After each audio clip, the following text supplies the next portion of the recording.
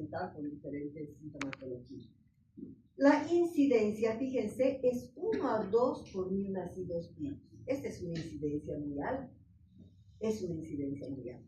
Y es 4 veces más, o a veces más todavía, cuanto más prematuro es el neonato, ¿verdad?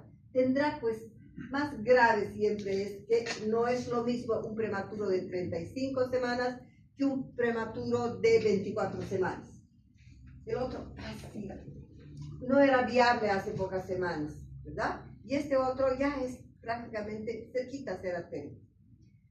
La mortalidad antes de la era de los antibióticos era 100% mortal. Todos fallecían, absolutamente todos.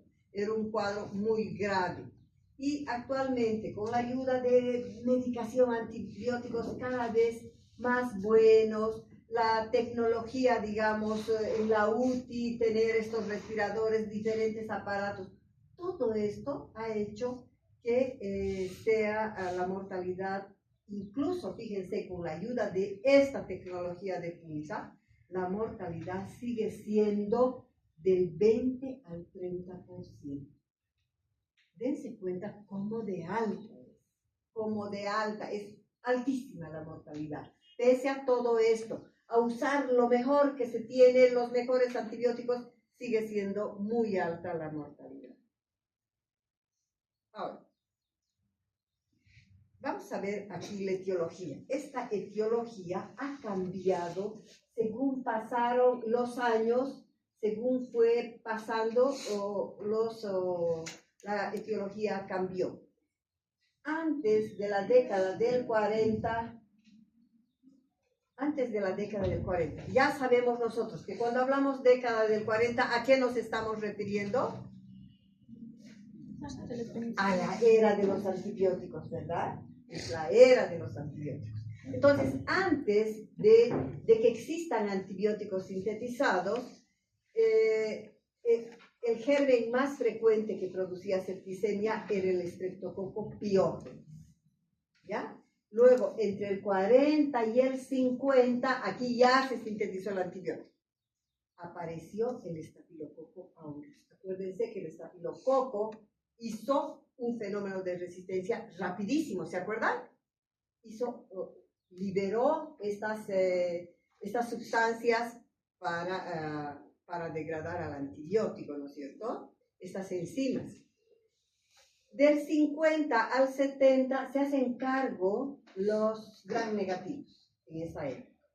Y a partir del 60 hasta llegar al 2000 e incluso hasta la actualidad, chicos, hasta la actualidad, estamos en 1926 ya, todavía se tiene esto, que ya no es solo un germen, sino es una mezcla de gérmenes gram positivos y gram negativos. Ambos. Esos son los frecuentes. ¿Cuál es el germen gram positivo? Es el Streptococcus hemolítico y el gram negativo es la Escherichia coli. Eso es vigente hasta la actualidad, ¿ya? Chicos, todo el rato pónganse, estamos viendo septicemia neonatal, del grupo neonatal, ¿ya? No estamos viendo del grupo común de pediatría, ni de adultos, ni de neonatos. Ahora, para explicar bien la casuística y a qué se debe, digamos, este proceso tan grave, tenemos que analizar en la patogenia 4 factores importantes que acontecen, ¿ya? Uno de ellos es el factor del huésped, probablemente es lo más importante. Es lo más importante, el huésped. ¿Cuál es el huésped? El recién nacido o neonato, ¿no es cierto? Entonces, ¿qué pasa con este grupo etario del recién nacido y del neonato? Se sabe que tiene una incompetencia inmunitaria. ¿Qué quiere decir incompetencia inmunitaria? Que su sistema inmunitario es inmaduro, es precario, es bajo. Ya hemos hablado, la primera etapa de la vida en la génesis, en la fábrica de los glóbulos blancos, que van a dar lugar a linfocitos y van a dar lugar a los linfocitos B, en esa época, el primer año van a sensibilizarse. Los B van a sensibilizarse al tejido linfoideo, al hígado, al vaso, a los ganglios, etc. Y ahí se replican. Todos han nacido en la médula, ¿verdad? Y los linfocitos van al timo. Por eso que son los linfocitos T, todita la gama de los linfocitos que ya conocen ustedes. Los Hansen, los T colaboradores, todos estos, todos estos.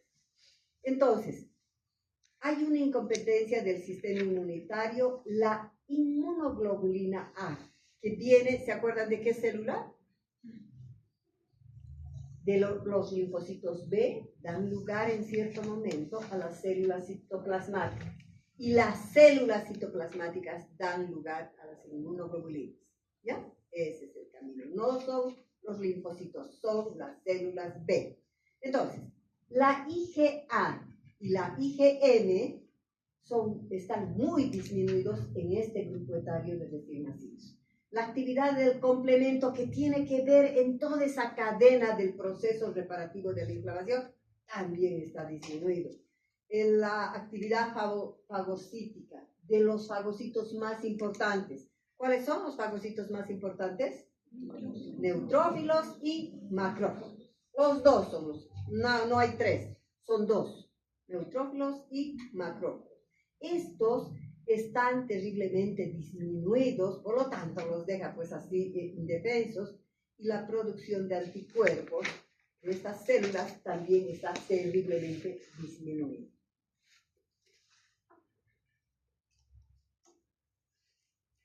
Seguimos con el huésped, ¿ya? Además, si ese huésped que tiene este sistema inmunitario tan crítico, tan grave, además tiene alguna malformación congénita, puede ser del tracto respiratorio, del cardiovascular, del renal, del gastrointestinal, pero fundamentalmente, fíjense, del respiratorio y del cardiovascular, porque estos están involucrados con el transporte del oxígeno, ¿verdad? Y entonces son muy importantes. Entonces, cualquiera de estas malformaciones congénitas predispone a septicemia porque lo están dejando ya de por sí en una condición precaria de indefensión a este neonato. La inmunosupresión, fíjense, la inmunosupresión secundaria producida por la quimioterapia, por la desnutrición grave de tercer grado, por este grado último, y el tratamiento con corticoides prolongado, ¿no es cierto? Fíjense, quimioterapia difícilmente yo voy a encontrar un cáncer en el neonato, exceptuando el retinoblastoma y en muy poquititos, ¿verdad? Pero yo encuentro más tardíamente. La desnutrición grave, puede nacer un niño con desnutrición grave intraútero y nacer ya. Y el tratamiento prolongado de corticoides también es raro en la etapa neonatal, es más de etapas más tardías. Sin embargo, ustedes tienen que recordar, queridos, que el corticoide por esencia es un inmunosupresor. O sea, inhibe la producción del sistema defensivo, de las células estas plasmáticas, de los linfocitos, todo. Por eso es que se utiliza, por ejemplo, en procesos inmunológicos, se utiliza en trasplantes, ¿no es cierto?, el corticoide, para que no haya gran cantidad de estos que van a ir a destruir. Entonces, por esencia son inmunosupresores. Entonces, en estos pacientes es muy frecuente encontrar que puedan complicar por el uso secundario de cualquiera de estos hacer una septicemia. Las quemaduras extensas, porque impiden la parte de protección de la piel, que es una barrera innata, ¿verdad? Y entonces deja denudado, fácil a infecciones y muy rápidamente se controlará, se hará una septicemia, cirugías de focos sépticos. Por ejemplo, si se hace abscesos, osteoartritis, se drena, se curetea, pasan estas bacterias al torrente sanguíneo y se hace una septicemia. Entonces, estos son los factores del huésped que son bien importantes. Pero también vamos a encontrar factores maternos que inciden en la presentación de este cuadro de septicemia. ¿Cuáles son esos? Bajo nivel socioeconómico. ¿Qué quiere decir esto, queridos, en términos globales? Pobreza, ¿verdad? Pobreza extrema. Pobreza extrema. El pobre, ya saben ustedes, el pobre muchas veces es analfabeto, no tiene trabajo, por diferentes circunstancias llega al alcoholismo. O sea, es un sinfín de situaciones que implican esta pobreza extrema en el paciente. Entonces, ¿cuál es la prioridad del pobre, por ejemplo? ¿Cuál es su prioridad? ¿Qué es lo más importante para el pobre extremo? Exactamente, es la comida, ¿verdad? Es la comida. Pensé que me estabas diciendo la comida, pero te había estado barricando. Es entonces la alimentación. Al pobre le interesa llevar la comida a su casa. No le está interesando la salud, la educación, sino es vivir. Comida le significa sobrevivencia, así lo más rápido. Entonces, obviamente, no, esa mujer no hará pues un control prenatal, ¿no es cierto? Todo esto conlleva esto del bajo nivel socioeconómico, ausencia de control prenatal. No todos los pobres viven en promiscuidad ni tienen relaciones sexuales, pero algún grupo sí. Adicción de drogas y alcohol, infecciones durante el embarazo, particularmente infección urinaria. ¿No? Entonces, mamás que han estado con pielonefritis, infecciones muy severas, en la última etapa pueden contagiar o en alguna etapa la infección urinaria. Los factores de la agente son a qué agentes, a qué bacterias están involucradas, ¿no? Y esto tiene mucho con relación de la virulencia del germen, del tamaño del inóculo, de la inmunosupresión del bebé, etcétera, ¿no? Hay bacterias gram positivas, gram negativas y obviamente cuanto más severo, sea más agresivo, más virulento el germen, será muy grave. Por ejemplo, si se agarra una pseudomonas,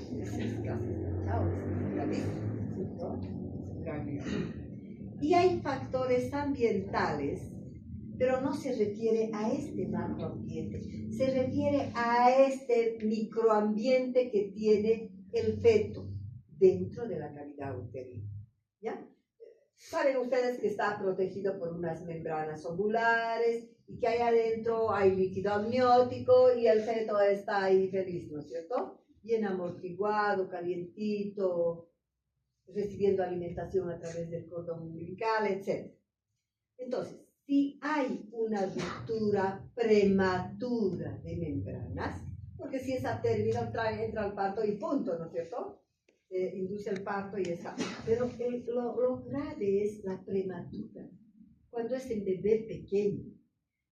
Entonces, este embarazo, esta ruptura prematura de membranas, se ha roto la continuidad de las membranas ovulares, ¿verdad? Y entonces los gérmenes que viven, que son diversos dentro del canal vaginal, ascienden desde la vagina al útero y se meten ahí adentro. ¿Y qué hacen ahí? Hacen un proceso infeccioso.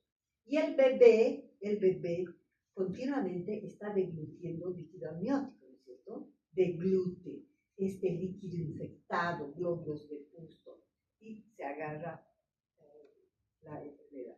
Por eso, esta ruptura, a las 6 horas de ruptura prematura de membranas, eso van a aprender, se considera que está potencialmente infectada. A las 10 horas ya merita uso de tratamiento antibiótico. Y si es más allá de las 12 horas, 24 horas, seguro que van a ser sérios, ¿no? El nacimiento, por otro lado, el nacimiento pone en contacto con múltiples gérmenes. Desde el ginecólogo que lo saca, la enfermera, el pediatra, el que le broncoaspira, los familiares que están de visita, etc. Infinidad. Entonces, este bebé va colonizando diferentes bacterias por todo esto. Primero, coloniza cuando es parto solamente, coloniza las bacterias de la madre, que están en el canal vaginal. Y eso es muy bueno. Es muy bueno porque esas bacterias del canal vaginal le van a proteger porque la madre le está pasando los anticuerpos que ha formado. ¿Sí me entienden? Entonces es muy bueno. Siempre tiene mejor pronóstico los partos que los niños que se han sacado por cesárea, ¿no? Por diferentes circunstancias, porque se comprime el tórax, se saca el líquido amniótico de ahí que está, etcétera, no hay mucho pulmón húmedo, todo esto. Entonces, en el nacimiento es colonizado por bacterias de este tracto vaginal de la madre, luego por diferentes circunstancias que ya les he dicho, al 7º día adquiere flora aneróbica. La flora anaerobia del tubo digestivo. Pero si por mala suerte ese bebé ha tenido algún problema y logra internarse en el hospital, ¿qué gérmenes hay en el hospital, chicos? Pseudomonas y estafilococo. Esos son, no Clostridium querido. Estafilococo y pseudomonas son los 2 gérmenes intrahospitalarios. Y como han estado en el hospital, han estado en contacto con múltiples antibióticos de pacientes, por lo tanto, en gran mayoría son terribles los intrahospitalarios, porque son resistentes a muchas bacterias. Entonces, es un terror.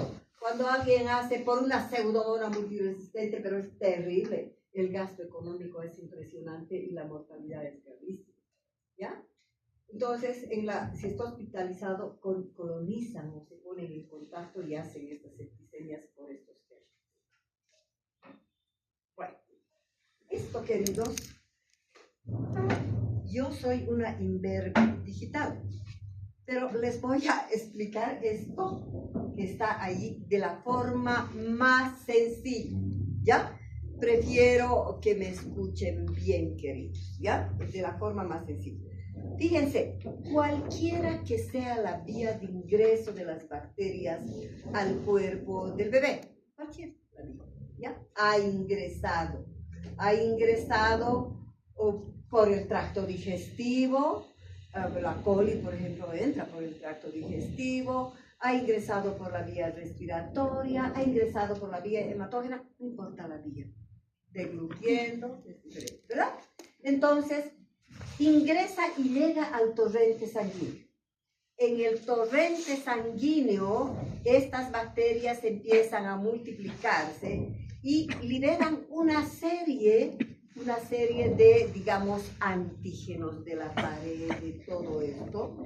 Y todo esto, estos son los antígenos bacterianos, van a producir una respuesta inmunitaria en el cuerpo, ¿no? Se ha ingresado y está liberando antígenos, el cuerpo responde. Y responde con la parte del proceso inflamatorio. Acuérdense lo que han llevado, queridos, en la inflamación de este tema de leucocitos. Entonces, libera una serie de mediadores de la inflamación.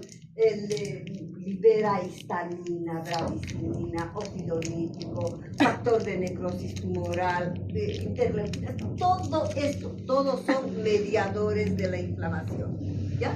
Entonces, ¿qué producen estos mediadores de la inflamación? Producen una vasodilatación periférica generalizada. Es decir, ¿cuál es la vasodilatación periférica? La microcirculación. Hay una, así, en todo el cuerpo, ahí actúan todos estos mediadores, las histaminas, bradicininas, todos, y hay una vasodilatación sostenida generalizada. Entonces, esta microcirculación generalizada, que si se está vasodilatando, fíjense, si este es el lumen y se pone así, aumenta la capacitancia del vaso, ¿verdad? Y entonces hay una bajada de la presión, hay una hipoperfusión. Y entonces, al haber esta bajada de la presión, el retorno venoso va a ser muy dificultoso.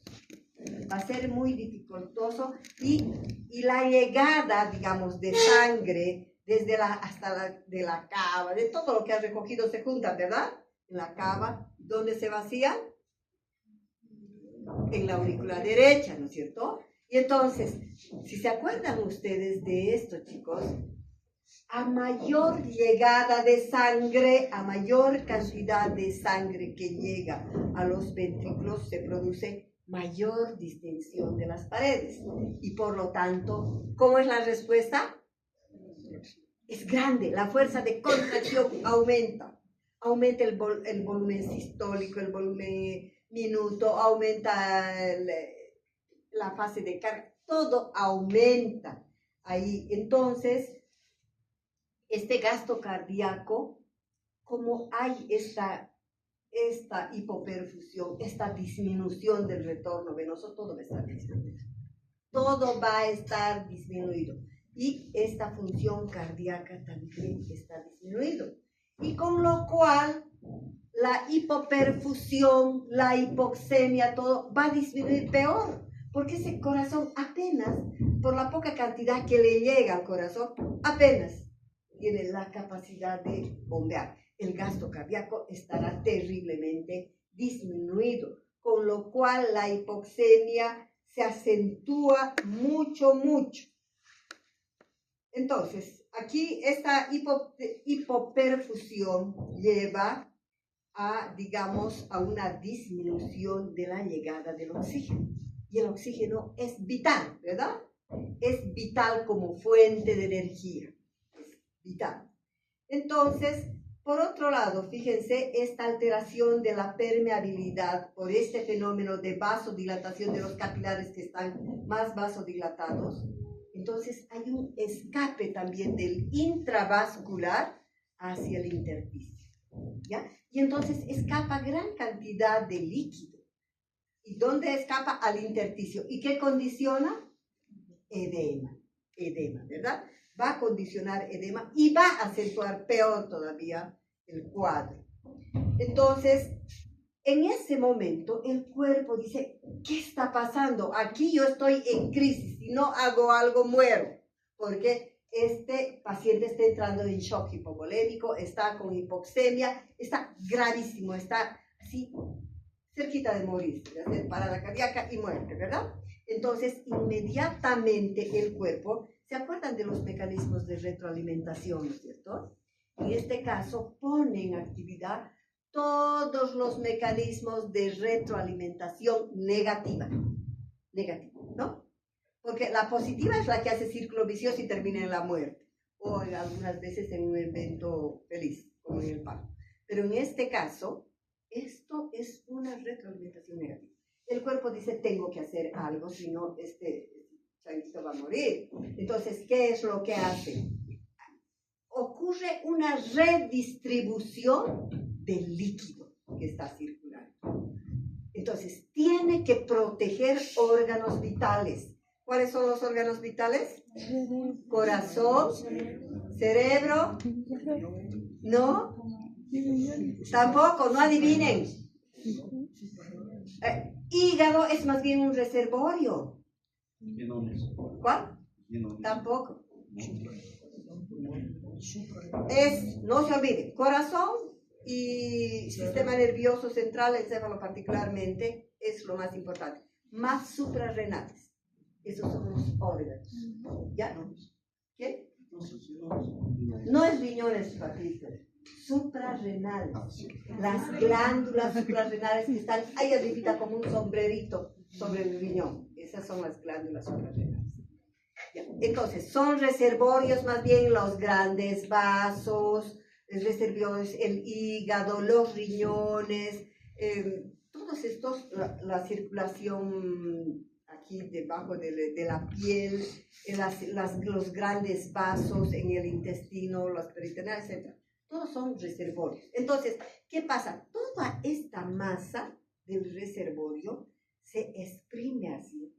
Se exprime para mandar sangre a la circulación central y evitar que haya muerte cerebral y evitar que haya una parada cardíaca, ¿ya? Entonces, ese fenómeno se llama redistribución de la sangre. debido a una descarga adrenérgica, pero grave, ¿no? Hay una redistribución del flujo y entonces, por eso que cuando están en shock, el paciente que esté en shock hipovolémico, sabemos que es palidez total, el corazón filiforme, apenas funcionando, ¿verdad? Porque está ocurriendo ese fenómeno de redistribución de la sangre, ¿ya? Entonces, todo este problema de hipoperfusión, de hipoxemia, la baja concentración del oxígeno, todo esto hace que el organismo busque también otra estrategia para hacer el metabolismo anaeróbico. Es decir, fabricar energía, pero no a partir del oxígeno, sino a partir de ¿qué? ¿Se acuerdan? ¿En qué consiste el metabolismo anaeróbico? A partir de, no se olviden, del glucógeno. Entonces, empieza a degradar glucógeno. Y degrada glucógeno y de ahí saca una fuente de energía extra. Fíjense, el organismo es increíble. Hace entonces esta situación del metabolismo anaeróbico y producto de esta conversión de sacar fuente de energía del glucógeno se produce ácido láctico. El ácido láctico junto con la hipoxemia me dará acidosis metabólica. Es una de las complicaciones muy graves, ¿no? Además de todo esto, fíjense, hay un exudado a nivel de los alvéolos que interfiere más todavía en la parte del alvéolo, en la pared, interfiere el intercambio de gases de oxígeno, de meter oxígeno y sacar dióxido de carbono, aumenta más todavía la hipoxia, hay disminución de la función hepática, este hígado está porque por el hígado circulan grandes cantidades de sangre, es uno de los órganos más irrigados. Entonces, su función hepática, que hace el hígado todo, chicos, increíble es el hígado, es un laboratorio. Entonces, ese hígado está apenas, no glucuroniza bien, no fabrica factores de coagulación, no fabrica suficiente cantidad de proteínas. Es decir, todos los procesos metabólicos están así bajos. Y uno de los notorios, digamos, es que la función hepática no funciona bien y hay ictericia en el séptico. Hay ictericia, ¿ya? Eso me está hablando que el hígado está así sufriendo gravemente. Factores de coagulación también. Y además todo este fenómeno, hay agregación plaquetaria y todo lo cual, agregación plaquetaria que se hace en unos émbolos, favorece la coagulación intravascular diseminada. Y cuando llegamos a la coagulación intravascular diseminada, estamos en una situación crítica. Ese paciente está más allá del cementerio que de la vida. Es así. Momento, es bien crítica. Esto es, queridos, la parte del shock séptico. Esto que les he explicado es válido para todas las edades del ser humano. Es válido desde el recién nacido, escolar, adolescente, adulto y la tercera edad. Es esto que se llama, ¿ya? Y esto deberían ustedes conocer bien. Ahora, ¿qué pasa con la clínica? ¿Cómo diagnosticamos? Uno de los pilares bien importantes es la clínica, ¿ya? Y este cuadro de clínica es muy variable, tiene una presentación temprana. En general, los que llevan una presentación de una semana, de unos días, a esas son septicemias de presentación temprana, y los septicemias de presentación tardía son neonatos más grandes, más allá de la tercera semana. Pero, ¿qué es lo importante? ¿Cuál es el mensaje, queridos? Es que la sintomatología es inespecífica, no hay nada típico. Así como en el sarampión yo digo, es típico patognomónico el Koplik, o digamos en la tosferina, la tos sintosa, etc. No, hay cosas así, aquí no. es totalmente más bien enmascarado, es enmascarado, difícil de definir. Y el neonato, pero sin embargo, un neonato que está con sepsis no está rosado, feliz, no está. Uno lo ve y le da la impresión de que se está muriendo siempre. Es catastrófico, es ver desesperante a un recién nacido que está con septicemia. Cambia de aspecto, el llanto es persistente, sin causa aparente, hay hipoactividad, no tiene ganas de mamar para nada, hay rechazo de alimentos y hay disregulación térmica.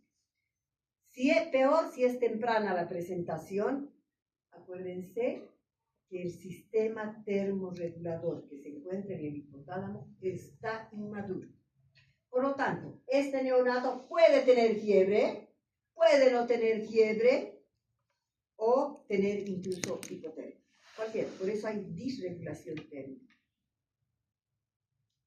En prematuros, la sintomatología todavía se vuelve más complicada, Es una sintomatología solapada. Solapada quiere decir enmascarada, no es clara, está como tapada con algo, no te das cuenta. Es solapada, es tardía. Cuando tú diagnosticas, casi siempre está en pleno curso ya la septicemia, hay muy pocas cosas que hacer, además es rápidamente progresiva, en cuestión de horas, no de días, queridos, de horas, ¿ya? Hay distensión abdominal, hay intolerancia digestiva, distensión abdominal. Si vemos que el niño vomita y está con el abdomen distendido, vemos no hay peristaltismo, tenemos la obligación de meter sonda nasonárica. Hacemos el aspirado gástrico y en el aspirado gástrico podemos encontrar un líquido amarillento que tiene residuos biliosos del estómago también, o si encontramos porráceo, el líquido porráceo. ¿Quién sabe lo que quiere decir líquido porráceo? ¿Nunca han escuchado? En semiología no han aprendido. Líquido porráceo. Líquido porráceo, no se olviden. No se olviden, chicos. Es un líquido con mezcla de sangre. Es un líquido de aquí, del tracto digestivo, pero con mezcla de sangre. Es como alguna vez han lavado carne. Si han lavado en una fuente, tiene un aspecto medio rosado, ¿verdad? Y nosotros sabemos que es sangre, es así. Pero como sacamos del estómago, está mezclado con restos gástricos, biliares, etc. Tiene un tinte medio, un poquito verdosito, pero es bien notorio la sangre. Y hay suaves como el lavado de carne, o hay hemorragias verdaderas. ¿Y cuándo se hace esto, chicos? Cuando uno encuentra, a este niño no lo veo bien y recién ingresado, está horas, tiene todo, está distendido. Le hace y uno dice, ay Dios mío, está haciendo septicemia. En ellos, en los lactantitos chiquitos, es sinónimo de septicemia. El líquido, porque ya está haciendo coagulación intravascular seminal en cuestión de horas. ¿Ya? Es grave. A veces, cuando son más grandes, han agarrado, pasa tiempos más largos, puede ser una semana, varios días, etc. Yo encuentro esto, es sinónimo también de eso. De mal pronóstico. La piel es terrosa, pálida. O sea, fíjense, no es claro y es muy grave, ¿ya? Después de la invasión bacteriana, existen fenómenos compensatorios como la taquicardia, que intenta compensar ese poco trabajo del corazón, polipnea, quejidos respiratorios si está en pulmones, o a veces convulsiones si está en el sistema nervioso central. La septicemia neonatal, seguimos con la clínica, ¿no? Si no has recibido un diagnóstico temprano, por eso, queridos, El objetivo no se olvide, así como cuando les he dicho el objetivo del antibiótico es hacer un uso racional, y decir uso racional implica muchas cosas, dosis, todo, ¿no es cierto? Aquí el objetivo fundamental es que nosotros aprendamos a sospechar que ese podría ser un cuadro de septicemia, porque necesitamos reacción inmediata para hacer el tratamiento inmediato, ¿ya? Entonces, si no se hizo un tratamiento oportuno debido a que no hemos diagnosticado, que por mi ignorancia no he sospechado que podría ser una septicemia, y continúa el proceso, la mortalidad es alta por ataque multisistémico y falla hemodinámica, como en cualquier grupo etario. De eso mueren, ¿verdad? Ataque multisistémico y falla hemodinámica. También existe una hipotensión arterial, ya hemos hablado, que baja la presión, el llenado capilar es lento, está pálido, puede haber fiebre o hipotermia. Pero si yo encuentro hipotermia, queridos, la hipotermia es signo de mal pronóstico, Quiere decir que ese niño está recontra mal, ¿ya? Puede haber fiebre o hipotermia, hemos hablado, puede haber ictericia, hepatoesplenomegalia, porque están terriblemente infectados esos órganos, distensión abdominal, polipnea, cianosis y apneas. En etapa final, hay petequias, equimosis, hemorragias en cualquier lugar, fundamentalmente digestivas, debido a que ya está haciendo la coagulopatía de consumo. ¿Ya? Está haciendo. Y esto es gravísimo, gravísimo. En etapa terminal, fíjense, solo en este grupo etario, solo en neonatos, y tal vez en uno lactante de unos 3 meses o 2 meses, lactante menor, se presenta un signo que es típico de esta edad y se llama escleredema, ¿ya? Entonces, el escleredema es un signo de mal pronóstico. Si encontramos escleredema, hagas lo que hagas, cualquier cosa que esté en el lugar más sofisticado del mundo, se va a morir. Es signo de muerte. Ya no hay nada que hacer. Por eso el libro dice exterminar. Esta L es de allá. Exterminar. ¿Ya? Exterminar. No hay nada que hacer. Es de mal pronóstico, de la fase irreversible y terminal.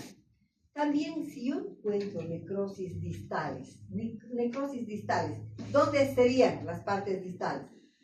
La punta de los dedos, de las manos, de los pies, de la nariz, de las orejas, y a veces cuando son muy desnutridos de los lugares como los isquiones, los codos, etc. Más que todo en el gran adulto, ¿no? Están muy desnutridos.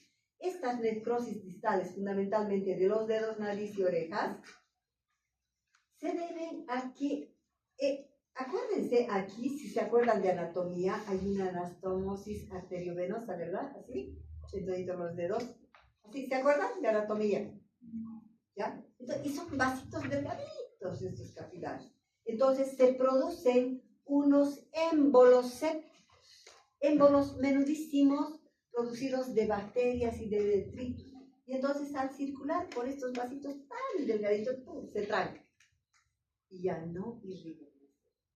Entonces, debido a esto, se produce la necrosis. ¿Y cuáles son los 2 gérmenes más importantes que producen esto? Son las pseudomonas y el estafilococo. Los gérmenes intrahospitalarios.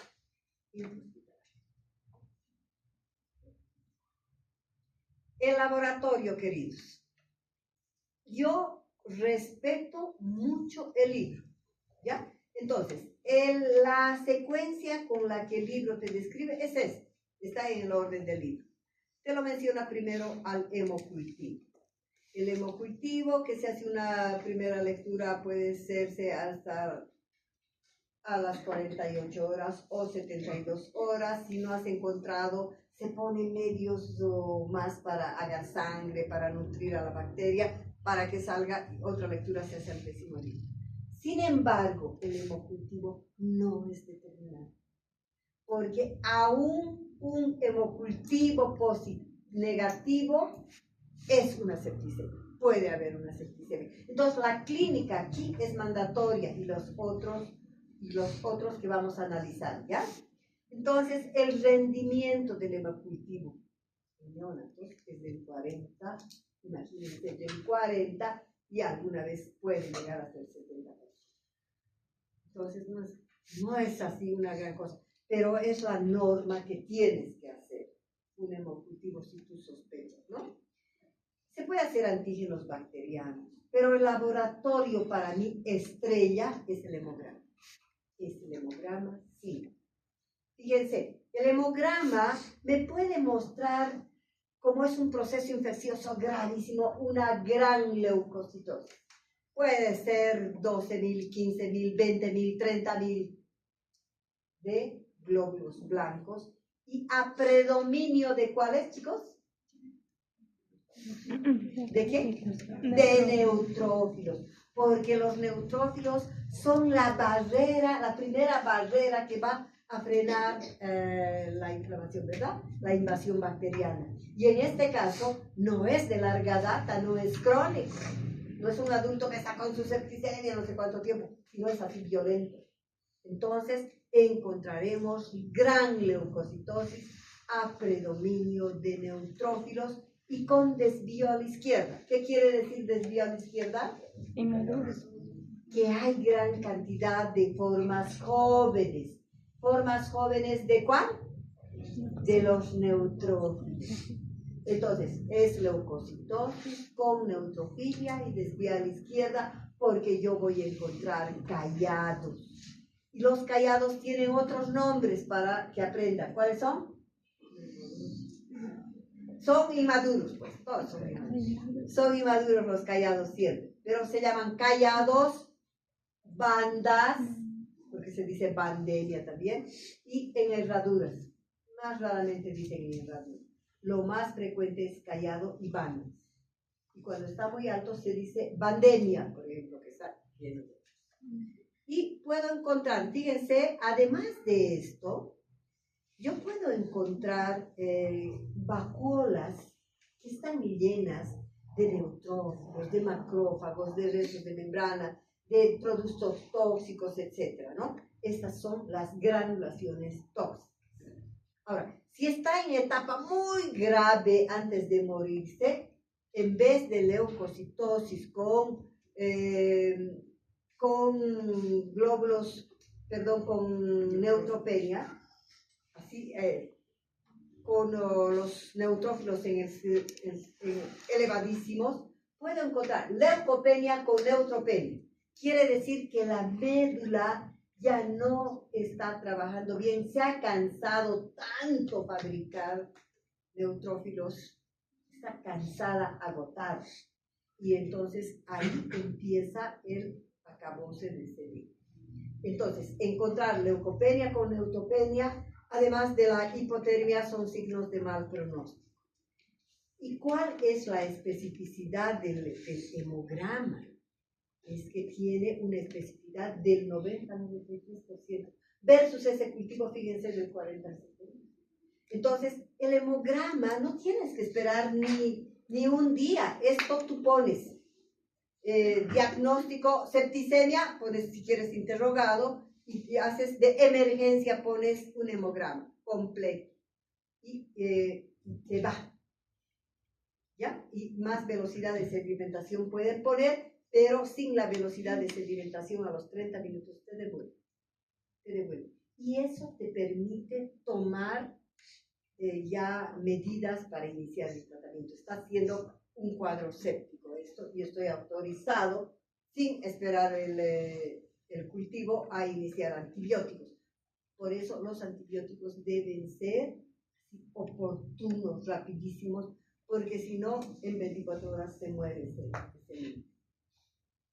Pero pueden haber otras cosas más. Se puede hacer proteína C reactiva, que se produce en las primeras 6 a 8 horas en el hígado.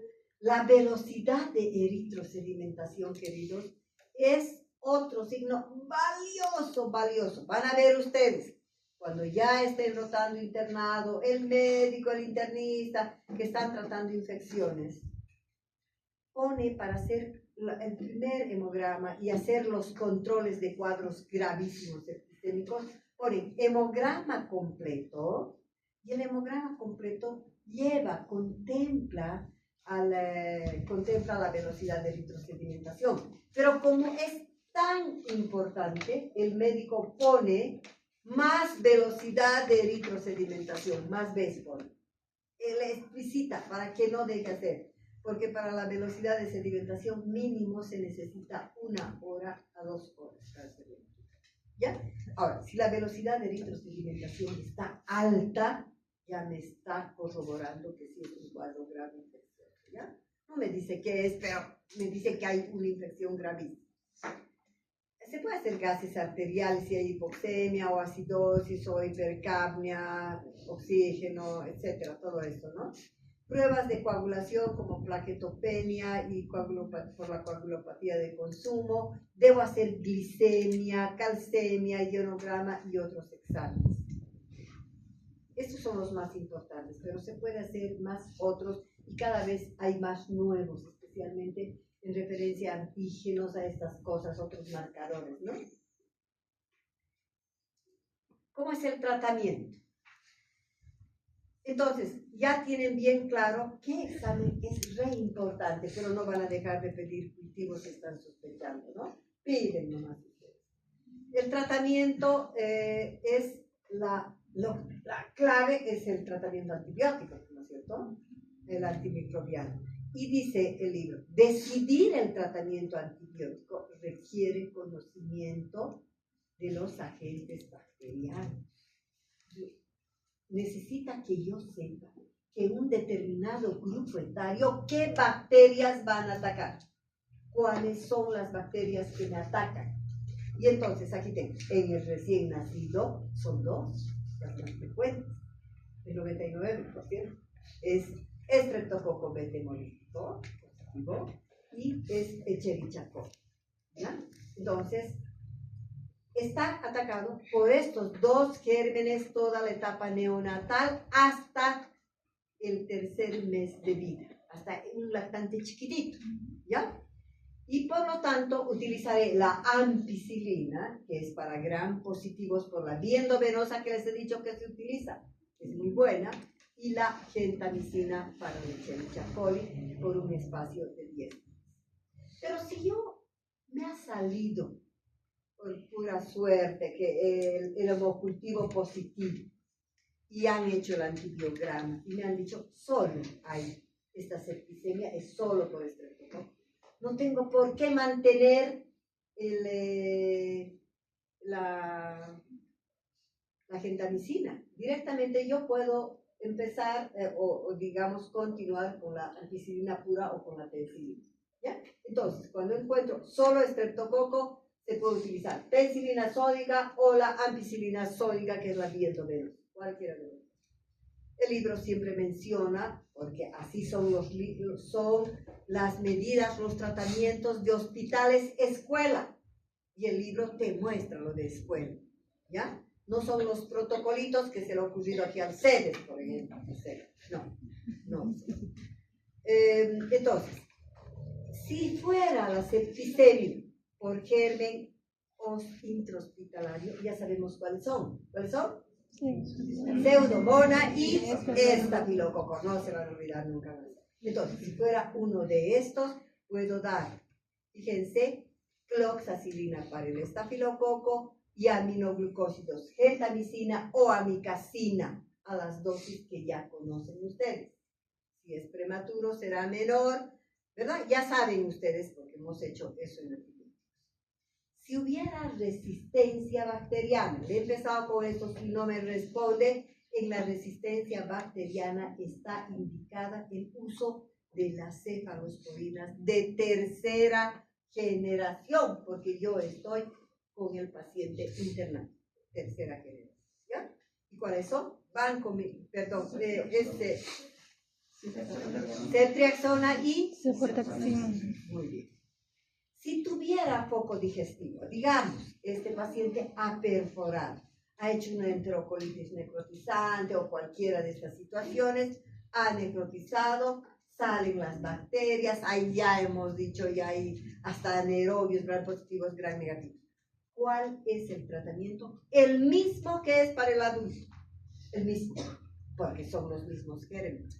Entonces es metronidazol por la vía endovenosa, para los anaerobios actúa muy bien, para aminoglucósidos, genta o amica y cefalosporinas tercera generación. ¿Ya? Ahí. Si hubiera una meningitis o osteoartritis, el tratamiento ya dependerá si es por estafilococo, si es por hemorro, si es por estreptococo, etc. El tratamiento, sin embargo, es más prolongado, dura de 15 a 21 días. Además de todo esto, queridos, se debe hacer este paciente está mal, pues está muriéndose, está re mal. Entonces, hay que hacer vigilancia hemodinámica, controlar signos vitales, presión, diuresis, porque hay tensiómetros, ¿conocen?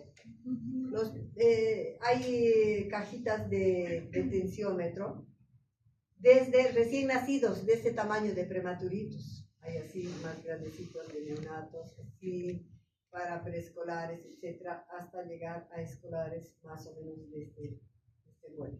Entonces, se puede tomar la presión arterial.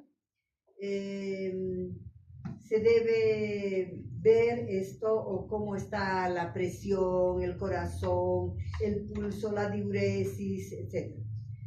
Referente al cardiorrespiratorio, valorar polipnea, cianosis, síndrome de dificultad respiratoria, porque podría estar uno de los focos en pulmones. Y aquí muchas veces se necesita llegar a ventilación mecánica, ¿no? Si está haciendo una complicación renal, muchos hacen insuficiencia renal, así enanitos, así. Y entonces a veces se necesita todo el manejo de la insuficiencia renal, diálisis, todo. Y el neurológico se debe estar refiriéndose a una meningoencefalitis, ¿verdad? Estos convulsionan, hay que dar un líquido bajo osmoral hipotónico, con glucosa al 10%, manejar el edema cerebral con anticonvulsivantes, ver si hay hemorragias, etc. Y tratar todo esto. Además, el metabólico implica tratar hipocalcemia. Ese niño generalmente está NPO. Entonces, yo voy a tratar hipocalcemia, hipomagnesemia, todas las cosas, ¿no? La acidosis metabólica, todo esto. El hematológico, a veces, el hematológico es tratar la coagulopatía de consumo, se da corticoides ahí, se puede hacer exsanguino, ahí está mencionado en el libro en todos, exsanguino, transfusión, un recambio total, sacar, pero muchas veces no se puede hacer eso, pero por lo menos se debe hacer una transfusión sanguínea. ¿De dónde sacaría la sangre, chicos? ¿De dónde consigo la sangre? Para transfundirle a ese bebé. ¿De dónde? A ver, díganme pues, ¿de dónde saco? No del banco de sangre, no, porque el banco de sangre, la sangre está almacenada, puede tener un mes o más, o puede tener 2 semanas. ¿Y para qué me sirve? Para nada. Lo único ¿para qué sirve esta sangre? Es a veces para el shock hipovolémico, porque me están dando el suero, el plasma y glóbulos rojos. Pero ¿cuánto tiempo de vida tienen las plaquetas que me interesan? Máximo 10 días, a los 10 días ya no hay, los primeros días. ¿Cuánto tiempo duran los neutrófilos? Horas, horitas. Entonces, no puedo dar sangre del banco de sangre. Tiene que ser sangre que me da su papá, su mamá o alguien de ese grupo. Le han hecho todo, han testeado bien la sangre, no tiene nada y así fresquito. Ingresar. Ahí sí le voy a dar neutrófilos, plaquetas, la buena cantidad de los glóbulos blancos, etc. Ese sí sirve, ¿ya? Y eso es para cualquier edad, ¿no? Para cualquier edad. Y el nutricional, no descuidar aporte calórico porque hay un gran catabolismo. Creo que esta es la última diapositiva. ¿Tienen alguna pregunta? Chicos, preguntadores. ¿Está claro? Bueno. ¿Quiénes faltan en la lista? Ya no me lleguen tarde, chicos.